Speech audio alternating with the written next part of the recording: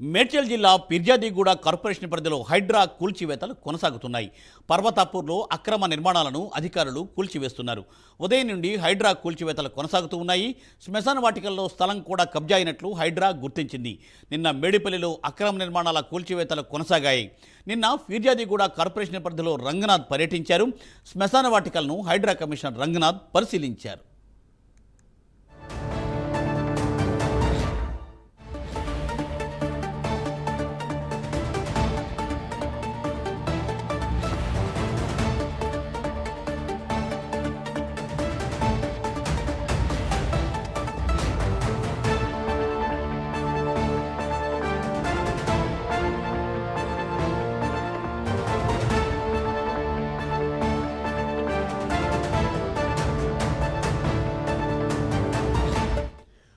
మేడ్చల్ జిల్లా ఫిర్యాదిగూడ కార్పొరేషన్ పరిధిలో హైడ్రా కూల్చివేతలు కొనసాగుతున్నాయి.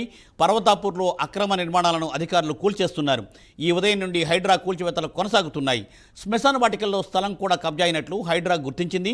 నిన్న మేడిపల్లిలో అక్రమ నిర్మాణాల కూల్చివేతలు కొనసాగాయి. నిన్న ఫిర్యాదిగూడ కార్పొరేషన్ పరిధిలో రంగనాథ్ పర్యటించారు. శ్మశాన వాటికలను హైడ్రా కమిషనర్ పరిశీలించారు. మరి దీనిపై మరింత తాజా సమాచారాన్ని మా ప్రతినిధి ప్రవీణ్ అందిస్తారు. ప్రవీణ్. మూర్తి అయితే మేడ్చల్ జిల్లా ఫిర్యాదిగూడ మున్సిపల్ కార్పొరేషన్ పరిధిలోని పర్వతపూర్లోని కబ్జాకు గురైన ముస్లిం క్రిస్టియన్ శ్మశాన వాటికలు ఏవైతే ఉంటాయో వాటిని అక్రమ నిర్మాణాలను మొత్తం త్వరగా కూడా హైడ్రా అధికారులు ఈ ఉదయం అయితే కూల్చివేతలు ప్రారంభం చేశారని తెలుస్తుంది. అయితే ఉదయం నుండి ఈ కూల్చివేతలు కొనసాగుతున్నాయి. సర్వే నెంబర్ 1, సర్వే నెంబర్ 12లోని శ్మశాన వాటికలను ఈ రెండింటి కూడా కబ్జా చేసి అయితే కబ్జాదారులు అయితే మొత్తం అమ్మడం కూడా వేరే వాళ్ళకి అమ్మడం కూడా జరిగింది.